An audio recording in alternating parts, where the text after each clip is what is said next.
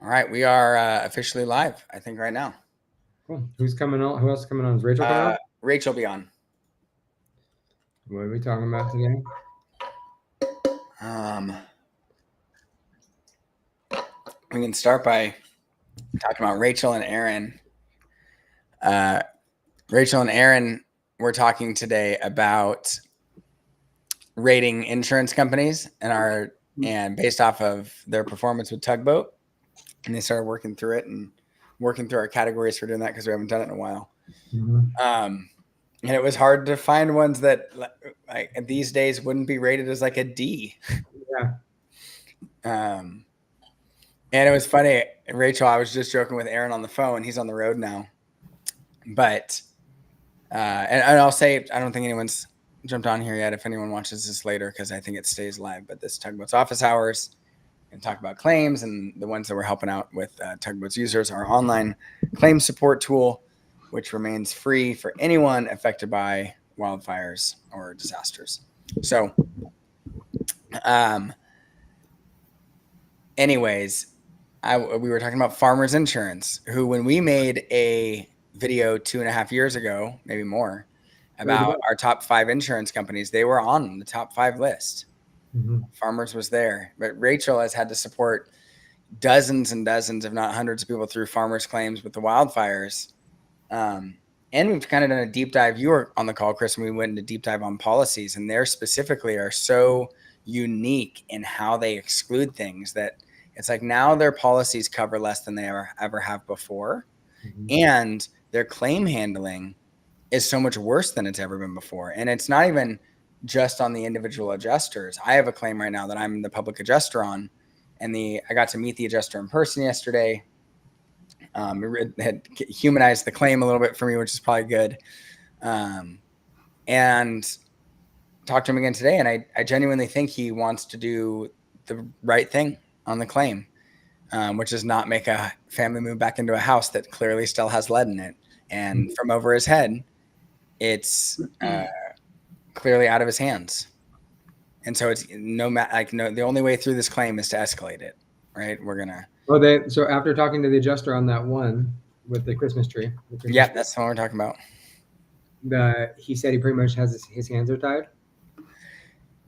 I don't want to. Yeah, I don't think he'll ever watch this. I don't know if he used that language, but I would say yes, right? Like and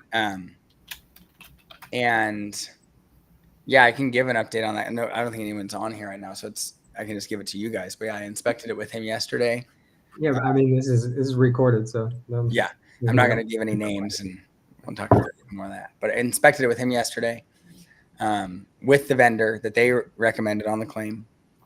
Who now they say like they don't have any recommended vendors really. They just have experts they use to put estimates together for them, but they don't really have a vendor program. So which like became its own whole part of the conversation. Maybe it's something we can touch on. I know we've talked before, but I like having pieces of what we talk about obviously as content and things that can stand a little bit evergreen. And it is a increasingly relevant topic of conversation, vendor programs and things like that. And they're going to be used more and more. Stephen Badger has made this point. He's recommending all his carrier clients to use them more and more, to have managed repair programs, that is the way of the future, essentially. And sorry, let me get this to the right size here. My screen just did something crazy as I was trying to view it. Now I can't see all you guys, but put you guys on another screen. Put you back down here for a minute. Sorry, I lost my train of thought there. Who was I talking about? Badger and Badger. Okay, yeah. So he has talked a lot about over the last year how he is encouraging all of his carrier clients to utilize managed repair programs, and where they actually are paying the vendor directly, they're taking control of the repairs. But even more than that, like that's an extension of just having vendor referral programs where you have vendors that work with you on the claim. And so I think it is an important topic of conversation because it's being presented as like, this is just a win-win-win for everybody. I gotta sneeze. he'll present it legitimately as saying like, this is a win-win for everybody, a win for the contractor, or he calls it a win-win-win. It's a win for the carrier, it's a win for the contractor, and it's a win for the homeowner. Everybody wins when you use a carrier vendor, as if there's no downside to it. And I don't want to paint with as broad of a brush from our end and say like it is never going to be a good idea to use a carrier vendor, and it's going to be it's a lose for the homeowner, but it is very often a detriment to the homeowner, and the reason is because there is a huge misalignment of incentives between you and the vendor. It's so obvious on this claim that I'm working on that there's a misalignment of incentives, because the vendor who the adjuster is saying, well, that vendor was hired by the insured. It's like, no, this is the expert. And when the insured had to sign a work authorization for them to work on the house because they were going to be in their house. But you sent them out to provide your estimate that you were going to pay. And you have explicitly said over and over that you're relying on their opinions for this claim, which essentially means like they're acting as an adjuster on this claim. Yeah. And you're not relying on my opinion about it or the insured's opinion or any other vendors. When the insured got testing, you didn't rely on their testing. You got your own testing done. Like that, it is very clear, and I think it'd be clear in the eyes of a court, that this is a vendor that is tied to the insurance company. But tied to them, but beholden to them. I mean, as an example of this, I want to take you off track. An example. No, go ahead. I just spoke to an electrician that came out through one of the vendor programs that we all know very well that sends out electricians, just like there's one that sends out HVAC. There's a vendor that sends out local electricians. And he came out to walk this job with me. And I got there. I'm like, hey, like, just to let you know, like your opinion is going to make a huge difference on this claim. Yeah. Can you just tell me straight up, what is your opinion on this type of thing that gets wet in a house? And he's like, I am instructed not to talk to you. Yeah. First of all, I'm not supposed to talk to you, but I'm going to talk to you off the record. Uh-huh. The insurance company puts food on my table. Is that the phrase that he used? That's what he said. The insurance company puts food on my table. I'm hungry. The insurance company puts food on my table. I'm a retired electrician. This is all I got going on. So I'll do the best for you and your person that I can, but I can only say so much. I'm like, you're the electrician that the vendor sent out. It's nice that he was so honest with you. Yeah. Yeah, and I mean, on this one I'm working, at the time where it became clear that the vendor didn't follow the protocol they were supposed to, threw away things they shouldn't have that weren't approved, like have done so many different things wrong, that while the vendor was there talking to the adjuster, he was trying to throw the insured under the bus and like trying to buddy up to the adjuster as like, yeah, like we're on the same team. It's the insured that's done this wrong thing. And that dynamic was really clear. Enough so like it even threw the adjuster off a little bit. At least I got the sense that it did. So I want to make sure I have you guys full screen on another screen. I wonder if I can have this open in two different windows so I can have the chat open here. So I've got an interesting one. It's a brand new one. It's it's along these lines. They just came into Tugboat today or yesterday, and it's one of my bottom 5. If on the rating scale, they refused to test at the beginning. They sent out a vendor. The policyholder accepted it, and they moved back home. They cleaned for ash, soot, and char, and policyholders moved back home. Well, they started not feeling well, so they had him test positive for lead. So they got back out, and they sent their lead abatement vendor. Of course, they tested by the vendors test, people tested, and their vendor shows up again. The insurance company's vendor shows up, and they're like taking stuff out of the house. And the adjuster is on the phone telling them to stop. We're not taking everything out of the house. All we're doing is cleaning. we're removing lead from items that were tested, as if the lead was only on those items and nothing else. Yep.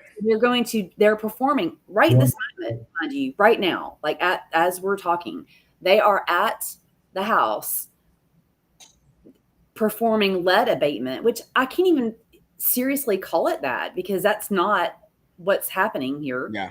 That's not. And they're not touching the clothes. They're not touching the couch. I made this point to the adjuster because I asked him, I said, because he threw out back to me, you can have, the insureds are free to use anybody they want to. They can have somebody else come out to the house and get some additional documentation. So I was like, look, hypothetical, say the insured hires a testing company to come out and test. Sorry, Chris stepped off for a second there. I'm not sure why. Say that they hire a testing company. There he is. Let me start this over so I can stand alone if it needs to. You there? Yeah, I'm here. I don't think you're live on Instagram, by the way. I am. It says, oh, maybe not. It's, gosh dang it. It's showing up, but I never pressed the go live button. Now it is there. So we're live now. All right. Now we're live on Instagram. That's my bad. Yeah, it has the window up showing it like it's live, but I forgot to push the button on the side. And you were talking to the vendor about specific items with lead. So yeah, Rachel brought up just now that a family that wasn't feeling well in their house suspected that there might be lead there. They had some testing done in the house. And just so everyone knows how testing is done, you don't go in and generally test everything that's in a house, every surface, every piece of contents, whatever. You test a kind of a randomized general testing, maybe some contents, maybe some surfaces like a wall or furniture, get a half dozen, maybe a dozen of them, depending on the size of the house. And if any of those tests come back positive, what you draw from that isn't that, oh my gosh, lead is on everything here for sure. What you draw from that, in my understanding, again, I'm not an IH, but what my understanding is that you draw from that is lead could be on anything here, right? Because it was randomly found, and usually it's not randomly found on one sample. If you take half a dozen, maybe it's on 4 out of 6 of them.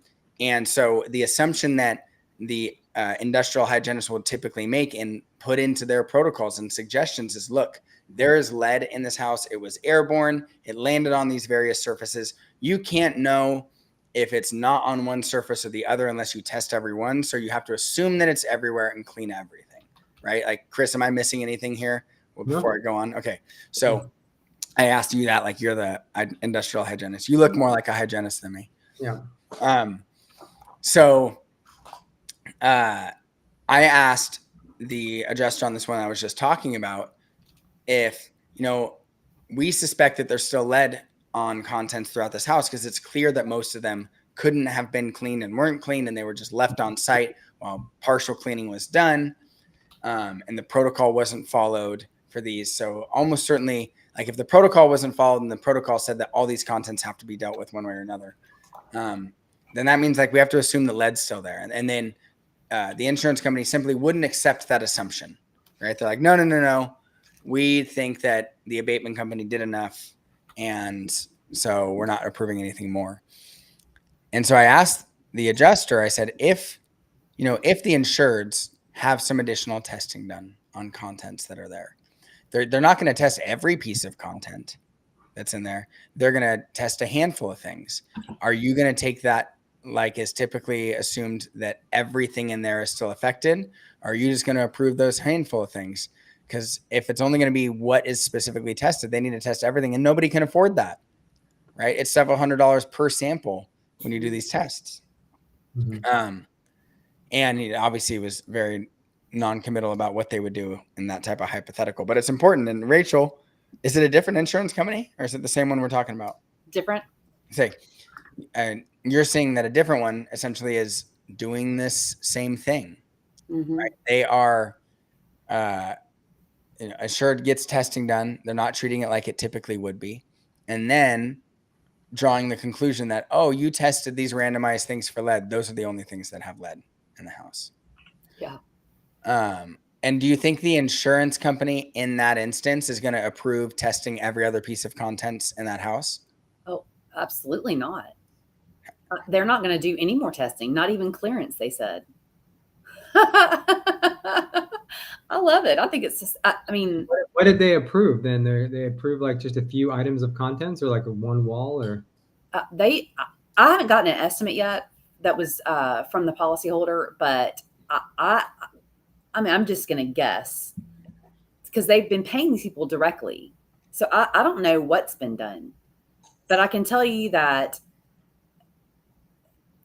insufficient, all of it. Yeah. Whatever. I'm curious what they're saying. Like they're literally being like that book over there and that couch and not the couch next to it. Yeah, probably so. Like I said, what happened yesterday was that the adjuster was on the phone telling them to put everything back. So the adjuster, in their infinite knowledge, is telling the lead abatement company how to do their job to perform lead abatement. That was kind of my thing. Like I'm speechless. Like I don't have words. Yeah. It's crazy to me. Like crazy. Mm. What had happened prior to that with this claim, Rachel?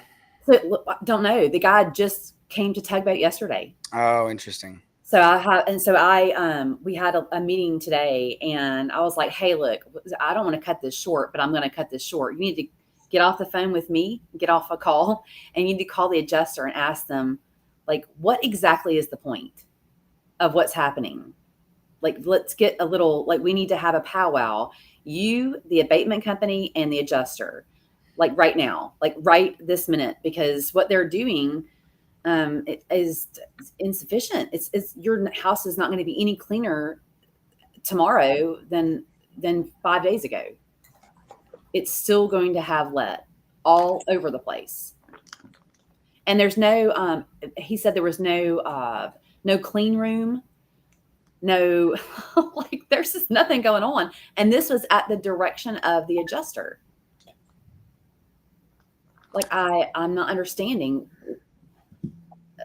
where the authority comes from there,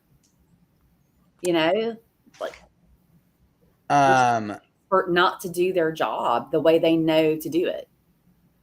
Yeah. I honestly think one thing I realized too with the adjuster I'm working with on a claim is that these wildfires actually are pretty unique to other types of claims, right? Rachel, Yeah. You had worked, you're not from California, but you had worked wildfires before as an insurance company adjuster with Maui. And I think in Colorado was for both of those. Colorado and California. Yeah. So say you had worked none of those and came in green to a wildfire event. I think it's easy for an adjuster to assume that people are being unreasonable because everything's really expensive in California. All these vendors are expensive. The guidelines, the regulations, they're strict. The work that has to get done, and there's new things that have been learned about wildfires that weren't known 5 to 7 years ago with the Woolsey fires. Right? Nobody was testing back then for lead and asbestos after a fire, and people weren't understanding that stuff is going airborne and getting dispersed throughout the other houses after a wildfire event like this. And so I think those of us that are inundated and in the midst of this day in and day out, it's becoming easier for us to say like an adjuster is being so unreasonable. An adjuster is honestly being cruel in what they're doing. It's because that's what it looks like. But when you actually talk with some of them, I think it's honestly that they don't understand the severity of some of these claims and what needs to happen, or they're simply just following a guideline about what should happen and what shouldn't happen.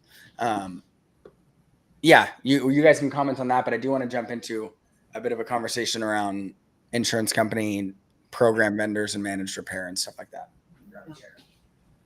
I think it has to do a lot with how, like, before the storm, they decide based on whatever the event is how they're going to handle it. And these are all like voice conversations, Yeah. We're going to test. And it's just a statement made by someone. Yeah. And so that's what their takeaway. And so that's the handling guidelines is, and I know because I've been on those training calls, we're not testing, we're not doing this, we're not doing that, just asking for their mileage, whatever, there's a predetermined way that they're going to handle it. And they're not thinking outside the box. They're not trying to investigate. Yeah. They've limited their investigation based on this 15-minute training call before the first FNOL came in. Yeah. There's an adjuster who I hope to have on, a long time insurance company adjuster and more recent public adjuster that I spoke to yesterday. And I'll share his name because he said he is willing to come chat with us. So I'm going to invite him maybe to next week's office hours. His name's Chris Faber. And he and I had a pretty candid conversation yesterday because both of us came from the carrier side. And I think both of us, like you, Rachel, enjoyed that job for a long time. Mm-hmm. And the feeling that you got from it and feeling like you were doing something really helpful. And I asked him about the mindset shift for him, switching from working on the carrier side to the policyholder side. And we both just got to talk about how it's a challenge, right? Because you enter into any new situations with some preconceived notions about the people you're going to be working with and types of claims and what are public adjusters like, and homeowners are largely dishonest. And I know one of the repeat trainings that I got when I was an adjuster was how prevalent fraud was, right? That was one of the main conversations that happens in CE courses and randomized kind of trainings that come down, is how to look out for fraud and how prevalent it is and how much money insurance companies are losing because of fraud. And it can cause you to paint this picture about homeowners at large and about policyholders at large. A few bad experiences with a public adjuster, which we all had working on the carrier side. I by and large kind of despised public adjusters when I was an independent adjuster, because 8 out of 10 of them that I would work with, on your first phone call, they're yelling at you or they're cursing at you or they're sending in estimates that are so clearly absurd. And maybe not 8 out of 10, but at least half of the ones that I worked across from here in California. Chris, I don't know, what would you say that ratio is about right? Maybe half to 80% of public adjusters that you worked with as an IA was a challenge. Yeah, they all seemed a bit of a challenge to me. Mm-hmm. And they were just so foreign that I think part of my fear of feeling around them was that I really didn't understand what they were, how they could sleep at night. I had this kind of weird fear and confusion around why would somebody want to fight me about anything I'm right. I'm already trying to do a good thing. Yeah. So, yeah. Well, and it's an uncomfortable feeling because almost certainly if a public adjuster is involved, it felt like there was going to be some type of conflict. Yeah. Right. And so if you're not comfortable with that rub, with that friction, then you enter into it being like, I just don't want to deal with conflict. You're bringing conflict into my life now, and I don't want to deal with that. And I think there was some of that going on too. Mm-hmm. And at that time, it was such a different game just a few years ago. Yeah. This whole industry was so different. And at that time, there were not a lot of adjusters nor public adjusters. When we started as adjusters in 2017, it was right. When we started as adjusters, there was estimated to be only 2,500 adjusters, 2,500 to 5,000 at any given time in the country. And that's not enough to handle the whole country. And that's why we would get paid so much to come to a storm really quick. Now there's a lot more, there's just a lot more out there. Meaning when I'm saying this is that back then the public adjusters people had to pick from were very slim pickings. And a lot of them were I was on the East Coast and it was just Guido, full on just Italian dude coming in a suit, just telling me just pay the estimate, man, just pay the estimate. It was that was the vibe on the East Coast of public adjuster. It was Jersey Shore, Jersey Shore bro, coming and that. And so it had a reason for not being, not having anything good to say about them back then. And I had one that I remember that was he was just wearing like an older dude wearing khakis and was there like to really, really help the customer and didn't write an inflated estimate. And I was so confused. I'm like, why are you even here if you're not fighting me? Like your estimate's almost the same as mine. And I didn't understand it. So I'm just saying that to like give some context as to like how like a stereotype of a type of person or a public adjuster or an adjuster, it carries over from times previously when things have just changed a little bit. Like, so people are thinking that we are the same type of public adjuster that was around back then, and it's a whole different game now. Yeah, I'm trying to think through what might be at play there, and what popped into my head just now was coming back to the idea of being so trained about the prevalence of fraud on the policyholder side, right? I was told that it was so prevalent. It's kind of happening everywhere. It could be happening on any claim. What do they call it? Soft fraud and hard fraud. I can only remember, out of the thousands of claims that I ran as an independent adjuster, one, maybe two, I'm trying to think, maybe there was two, but one really clear one that I sent to SIU because it seemed really clear that fraud was going on to me. Now, it doesn't mean that that's the only one where it was, because fraud can happen and it can't be clear.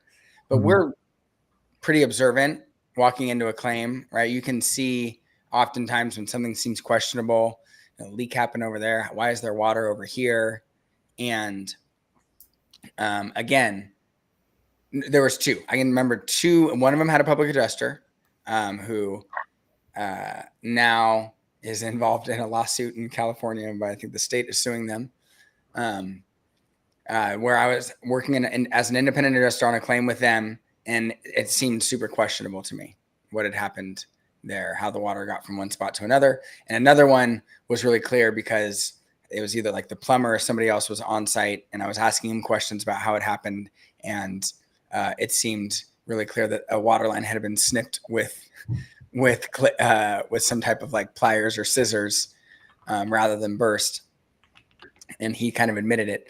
But anyways, fraud wasn't obviously prevalent on the thousands of claims I ran, right? The vast majority of them seemed like genuine, like this was sudden and accidental.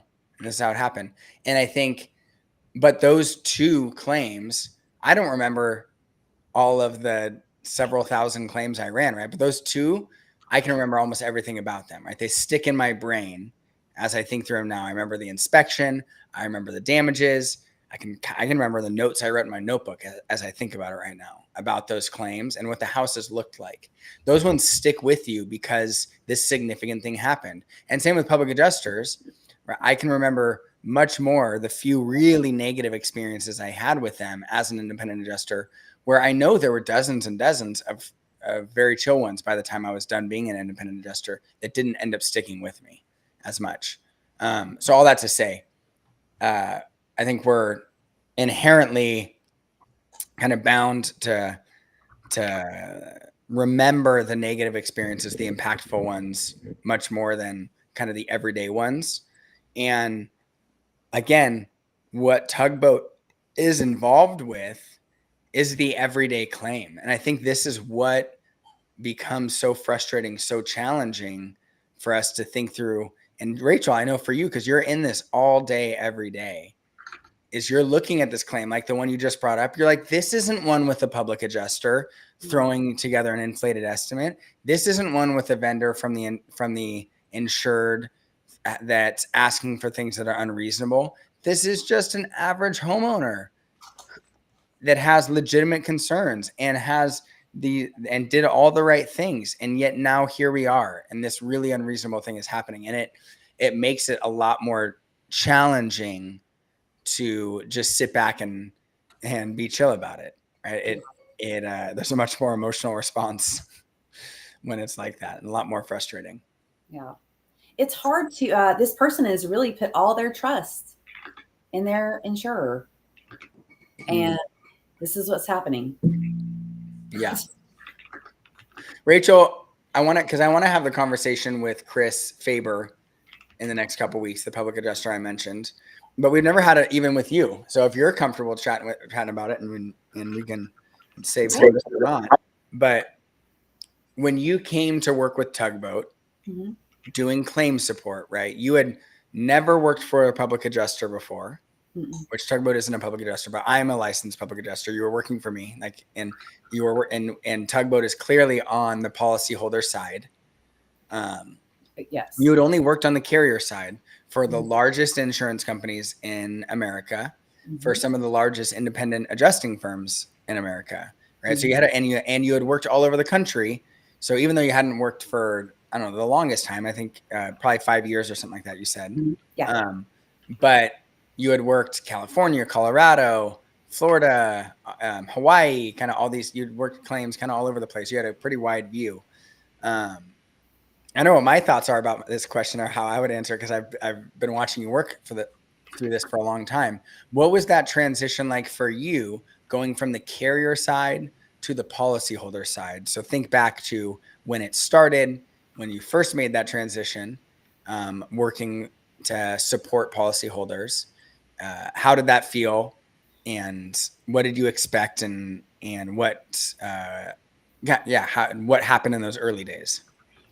I don't feel different. I don't. I'm one of those adjusters that I love to pay. Like it always used to break my heart that I couldn't, and having to tell them I couldn't do it. I'm not these these adjusters that these policyholders have right now. I'm not that. I, Mm, I'm very comfortable exactly where I am because that's exactly what I was doing before. Always looking for a way, and I'm not just saying that. Like that's it. It's what I got the good feels from. mm, Like I get like a Tugboat. They're like, oh gosh, thank you so much, or tell me that a letter was effective and they got that or this that or the other because of a letter that we helped craft for them. I mean, it's the same as writing a check. mm. It's the same feels to me. It, I'm not that. I wish I could get in the head of these people and just try to understand exactly why do they want to be so adversarial? Like a good example is, and we talked about this one before. A policyholder was using Lyft because they had one car, right? And Oh yes, yeah. But share it real fast, because we haven't talked about this in a long time. yeah, so they have so before the fire, they had one car. Then the husband walked to work every day. It was a 15-minute walk. After they were displaced, they had to, and it's a smoke damage, not a total loss, but they're like 15 miles, like 7 miles away now instead of a 15-minute walk. So he has to take the car, and that Lyft that's an increase living deal. Like Mhm. they don't need a new car. They didn't lose a car. They just are having this extra expense. Well, as an adjuster, I would have paid that. Now, is it within the parameters that are handed to you? We pay for mileage. Is that part of the pre-storm chat you have from your management? No, but you got to figure it out. That is clearly an additional living expense. Like Mhm. I can think of nothing easier to make that connection, but because it wasn't mileage, the adjuster has been fighting still to this day for 6 months. Still, that's not resolved yet. No, but a Oh manager, my a god. manager is on it right now, and which she had requested before because she kept saying, like, "Well, show me the policy where it only says you'll pay for mileage." Mhm. Literally, I recommended that email like I don't know 6 times, and but she's got other stuff going on too. Like that, there was not that hasn't been the primary focus, but it's quickly growing to be the most expensive thing to go on because Lyft is not, Mm. and she, anyway, because she's still doing it. It just, she has to do it. She has to use a Lyft anyway. So, yeah, but I think that's not, I can tell you when I worked for the two largest carriers, nobody ever said, they would tell you we're paid for mileage will pay for, food when you don't have a kitchen. And that's literally all they tell you. And so by that omission of everything else, people just think that nothing else is covered, and they don't even try. They don't try. So, but as an adjuster, I loved it. Ooh, let's figure out a way to do this. Let's find a way to do this. And no, it's almost like that's such a foreign idea. Finding a way to pay is so foreign now. So, yeah, Rachel, though, but I don't think you would have said these things even about like other adjusters at large when you first started a Tugboat, right? I don't know if did you not have as much awareness of how other adjusters were working, but did you have the same assumptions of like I'm someone that can get creative in a claim and find a way to pay rather than I knew it. Where it's appropriate. You already knew it. I knew it. I knew it because, and not to toot my own horn or anything, but I was a good enough adjuster where I was only released one time. Like I released myself several times, but I only got released once. Meaning, like you explain what release means. You were not fired. I was not fired, except for one time. And actually, that time you're talking about after a storm, right? Like you can go home now. Yeah.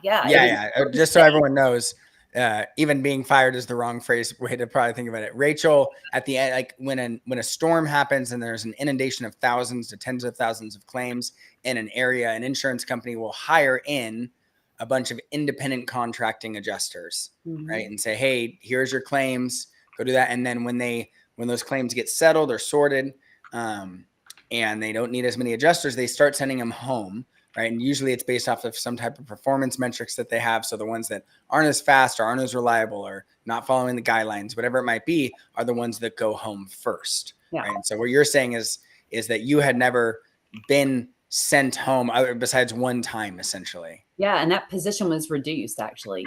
So, and it was based on my performance. I was totally overwhelmed. I couldn't keep up. So I was the first to go. The whole team was released, but I was the first to go.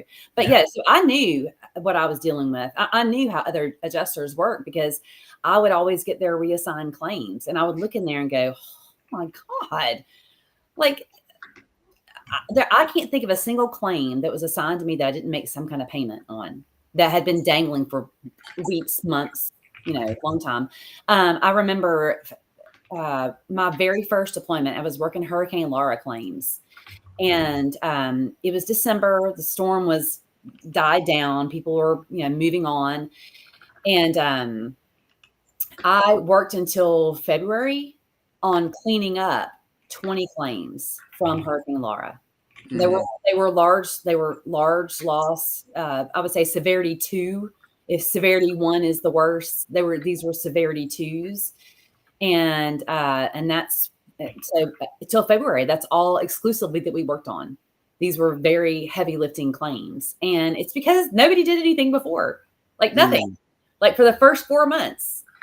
I feel like that's what these wildfires are like, right? There's so many adjusters came in, did the bare minimum on dozens and dozens of claims. Yeah. And what happens then, I don't want to get off on a tangent here. I want to keep asking you some questions about this, but what happens when an adjuster rushes in, gets handed a bunch of claims, and it says, go handle these 100 claims in Southern California for these wildfires. They do the bare minimum, maybe a quick inspection, maybe a fast undisputed payment for a minimal amount, and then they back burner it, right? And then the home isn't completely restored, not remediated fully. Everything's not dealt with. But then suddenly the family's been out for 6 months, right? And then the insurance company is like, wait, why are we still paying for housing for this family? They've been out for 6 months. And they start looking at the homeowner like, what are you doing? Why are you out for so long? What's going on? When really it's the adjusters that just dragged their feet the entire time for the first part of the claims. And then that's the same story as the one that we started this talking about. I went over the claim before I signed it on as a public adjuster, and the family was outlining to me, look, all these delays that have happened from January until now, they're not us. Like, they show me the record. It's the adjuster leaving town and then coming back, or not responding for a month and a half, or we ask a question like, here's some testing we had done. Can you let us know if we have approval to have an abatement company? And 6 weeks later, we're dealing with this testing thing rather than immediately. So yeah, I think you're completely right to say that. And I think Chris and I were almost certainly, undoubtedly those adjusters for our first storms because we were it's almost like we were told to handle them that way. It was, hey, you guys are brand new. Here's the guidelines. Go do this bare minimum on these 100 claims and submit them for this IA firm, and you guys are good to go. Yeah. That was, and I cannot imagine. I actually can't imagine because I can think back to some of my first claims, how much was done incorrectly or just left on the table because of how we adjusted them. So, anyways, Rachel, that's helpful. So you're saying that you knew before coming to work at Tugboat that there was a large, I don't know if we call it a majority, but like a large swath of adjusters that work claims that are inattentive, not detail oriented, and making decisions that are ultimately harming policyholders because they're either getting their claim delayed or underpaid, right? Yeah. Like that's the result of those things. Absolutely. And so you're saying it wasn't a surprise when you came over to Tugboat. What was, I guess, now that your role, and I'll help define your role for anyone that watches this, but Rachel is on the back end and oversees our claim support. And our claim support is when someone has a claim, we're not acting as their public adjuster. We're not acting as their attorney or anything like that. But if they have an issue with their claim or something that comes up, they can drop questions into our support chat, which has some automated answers and some templated documents that they can get back that get personalized to their situation. And Rachel helps to oversee that type of those documents that are going back and forth, making sure that people get the right type of tools into their hands. So if it's a denial dispute, making sure that they get the right one that we know is based off of what works best when it's a State Farm denial and a water. So all that to say, you have a really broad yet very detailed view into all these different claims, essentially, right? And what's going on there. So as you came in and took over this role of leading our claims support, and you're seeing all these different things, what is that work like for you, having to see homeowners struggling through that and trying to help them overcome these mountains that they're experiencing within their claim? And you can talk, I guess, the struggle of that. And we had a really good week of amazing messages from users last week of having some wins and the kind of what that feels like as well. So it's really hard when I see so clearly what needs to happen. And I try to explain to the policyholder. I try to temper their expectations, because sometimes what they want or what they think they want is not realistic. It's not. That's not the majority of my time doing that, because everybody wants just to go back home, right? That especially right now in this event, everybody just wants to go home. No, Rachel, everyone just wants to live in an Airbnb indefinitely. Isn't that the most fun thing that you can do? I know. But it's I lose sleep over some of these people's goings on, because you're hearing the policyholder. I'm looking at I can see the emails they've sent. By the way, I know that you lose sleep over it because I see you working at midnight sometimes. And yeah, what's Rachel doing right now? I can't sleep sometimes, and and it's because of that.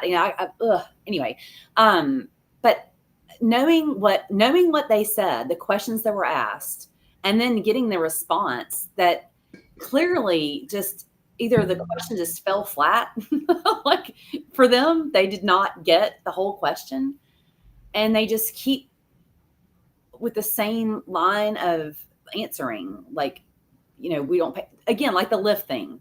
No, we only pay for mileage. Where's the policy? Oh my gosh. Let me say, like, I'll give you an example. So what you're saying, like they keep coming back to the same answers without changing it. That inspection I did yesterday with an adjuster, which I felt like was so impactful, right? Like, hey, look, we see all these different things. This should change. These are new facts. You always want new facts. These are new facts. You got new facts. Yeah. In the phone call I had with him today, he was like, so yeah, we're saying no to everything still. So all of, you can just look back at our previous denial letters and all those still stand, right? Like I don't even have to write anything new. Like you just go back and read the same old things, and those are just going to apply here. I mean, I just got one of those yesterday too. I mean, so what? And there was an agreement of what you saw on site. Like Yeah, there was at least an acknowledgement of like something is off here. Like this is not what, because I was trying to explain to him, I'll say in general terms, hey, insurance company, what you think happened on this claim didn't happen, right? The protocol that should have been followed by an abatement company wasn't followed, and therefore this additional work needs to happen. And then the adjuster's response was, well, let's go look at the house and see. We go to the house. I literally printed out everything. Here's the protocol. Here's what it says need to happen. Look around here. It's very clear that these things did not happen. And it's like, and adjusters are, especially the ones that have been doing it for a while, are careful not to say too much definitively. I wasn't recording the inspection and things like that, so he was a little bit more free to talk. But yes, it was very clear. Like we're acknowledging that, and he mentioned like being surprised that some of the things were not as he expected them, even though I had sent him photos of this. Like it was clear. But so that's what's crazy to me is like, wait, you're telling me the same denial letter that you sent a month ago when you hadn't seen this? Like, first of all, it shouldn't be denied. But like, you don't even have to say anything new. All the same old information just still applies here. This is crazy. That's so bizarre. Like, I don't, well, and it's because they have no authority, those guidelines, right? But that's not, wow. Wow. That's really bad. Like, it's really bad. I can't believe that exists. Oh, we pay these guys a lot of money every year for insurance. A lot. Yeah. And Heartbreaking. I mean, I can feel this like deeply out here. We just bought our first house here in California, where it's so expensive to buy a house. Like it was so hard for us to do it. And it's an old little house, and it's a fixer upper, and it needs a new everything, essentially. My house needs a new house, I think. But it's so hard to become a homeowner. I've written a little bit about this in the past.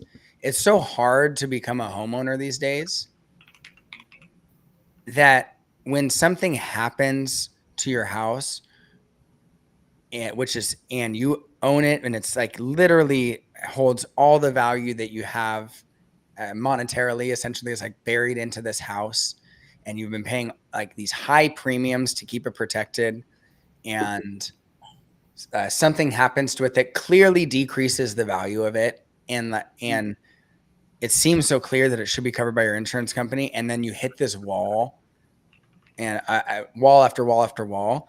I mean, you've seen it. Like people literally like are brought to tears about this. Yes. Right? Because it's so personal to them that, wait, like this thing that's so important to me and it houses my family, and I paid so much money. It was so hard for me to get. And now this basic thing that needs to get paid for so that I can go back and live in there, or so that it gets its value back to pre-loss condition. And here's all the logical arguments of why it should be covered. And you're saying that no. And I want to be clear here. Rachel, you're one of the most reasonable claims. I mean, we were on a call yesterday with Aaron, and you're trying to we're going over a claim that a new user had, right? And you're showing Aaron, my co-founder, our director, our COO, Chief of Operations, who kind of oversees claim support as well with you. And so you're kind of brainstorming with us. Hey, we got this user that has this claim, and I'm concerned that it doesn't even have a claim, has this damage. I'm concerned that it wouldn't be covered. Yeah. And like bounce this idea off with me. And we're looking at it, and Aaron's pushing back on you, like, why are you making assumptions like that? That this is long term, based off of what it looks like there. And what if like Aaron is leaning really heavily into, let's assume the best possible thing for the insured, right? What I'm saying here is, it's not like you have a tendency to have this imagination that's just like, well, something always could have happened that makes this covered, right? You have a very, I think, well-balanced mindset when it comes to claims. So when I'm talking about people being emotionally affected by their claims being denied or heavily underpaid, by and large, I'm talking about things that every day would have been covered 5 years ago under these same policies, are covered when it's a decent adjuster that's willing to step up to the plate and say like, no, like, and sometimes it's not a full denial. Sometimes it's a $6,000 testing bill that the insured cannot afford to pay. Or it's like you're saying, it's all the Lyft receipts because they had to take a cab to work because of how much further they're going. And it's like, well, these really add up over time, right? Now it's not a couple $100s. Now it's a few $1,000s plus that I'm having to pay in this. And that's a lot of money to me, right? Yeah. If you were, Rachel, if you were the adjuster on that claim, you could get that paid tomorrow. If they would just use my letter, yeah, their narrative, it's done. It's done. You know, honestly, like I mean, that one, I spelled it out so clear. There's no way you could not accept that that's exactly what ALE was designed for. Yeah. Exactly There is a way.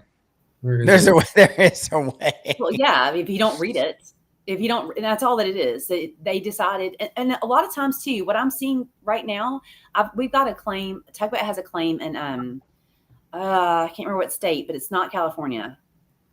Maybe Illinois. Let's just say Illinois for fun. Mm-hmm. A house fire, and you know what's going on in that claim. It's so easy compared to these other tugboat guys because this is an event. That was this one singular event. There was no pre-storm guidelines, you know, put out there. So that's a part of it. That is absolutely a part of it. The people that are on these teams have been fed this line of hogwash, you know, of how this is how we're going to do it.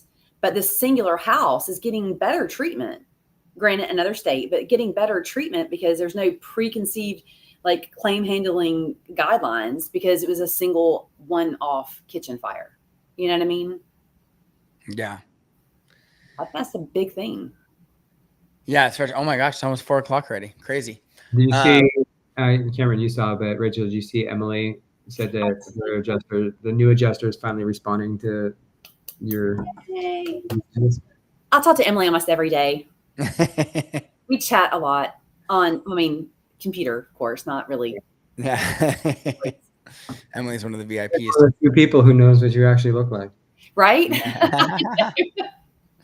I don't know. You do a lot of Google Meets. A lot of people know actually what I look like because. Oh, you do? Oh, yeah. Yeah. One of the things, Chris, I don't even know if you knew this, but Tugboat users get 3 free 15-minute calls with claim support. I didn't know that it was face-to-face calls though. I would not. Yeah. Google Meet. Yes, Emily, we are besties. Yes. I talk to you more than I talk to my mother. Like truly. Yeah. Yeah. I want to make sure that we kind of close this up in a way that's meaningful. Yeah, we spent, this whole second half talking about the struggle that we have coming from working with insurance companies for insurance companies. Rachel, I think you more so than Chris and I ever did, but trying to really learn how to do the right thing for homeowners as much as you possibly could, to pay when it was appropriate, to find a reason to pay when it was according to the policy.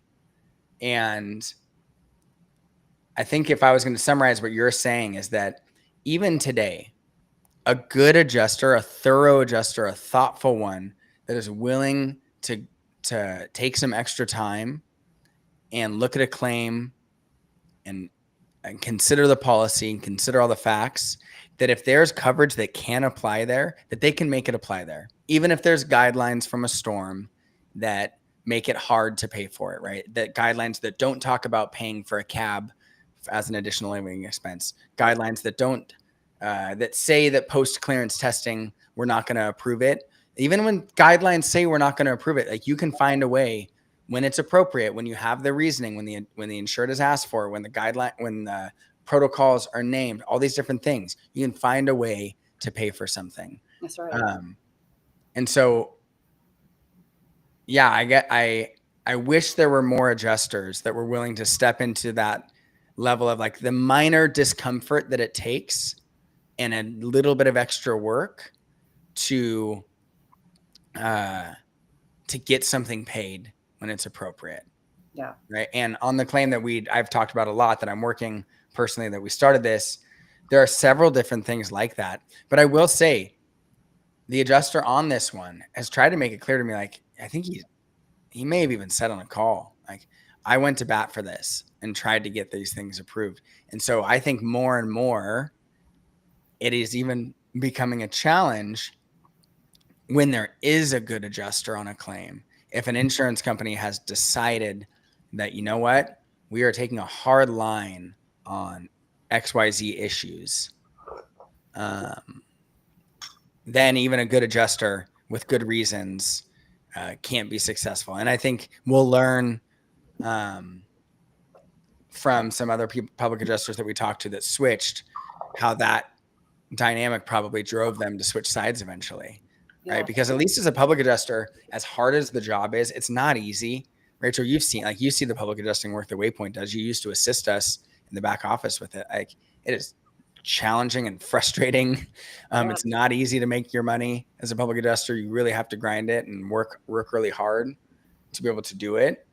But at least you're working to get something paid. So it feels a little bit better on that end. So anyways, Emily, appreciate you dropping in like you always do and giving Rachel some love. I know some other people jumped into the Instagram.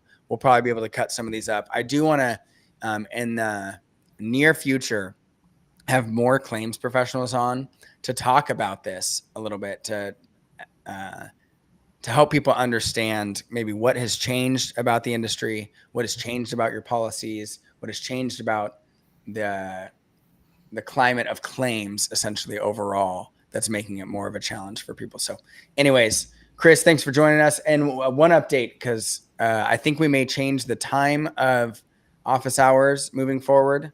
Just so people know, Chris can only come every other week, and I don't like that. So if we may switch that up a little bit, and we may switch up, may be a little bit more varied on when we're doing them. Rachel is trying to pick a date where she can come out here to Southern California in person. Probably, Rachel, am I correct to say it's probably going to be sometime September, October, or probably October, November, maybe even? Actually, I think it needs to be November, just because I've got school stuff. My kids, she's a senior. There's a lot of senior, high school stuff. So I've been looking at dates, and everything seems to conflict. Okay. So probably November sometime.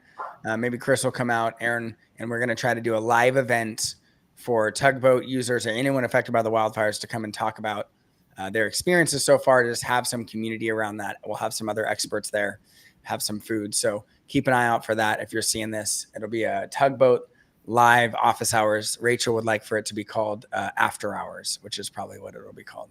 Yeah. Because that means we can have cocktails. That's all. That's all. So anyways, appreciate everyone. Chris and Rachel, appreciate you guys and all the work you guys are doing. And we'll see you guys next time. Yay. Talk to you later.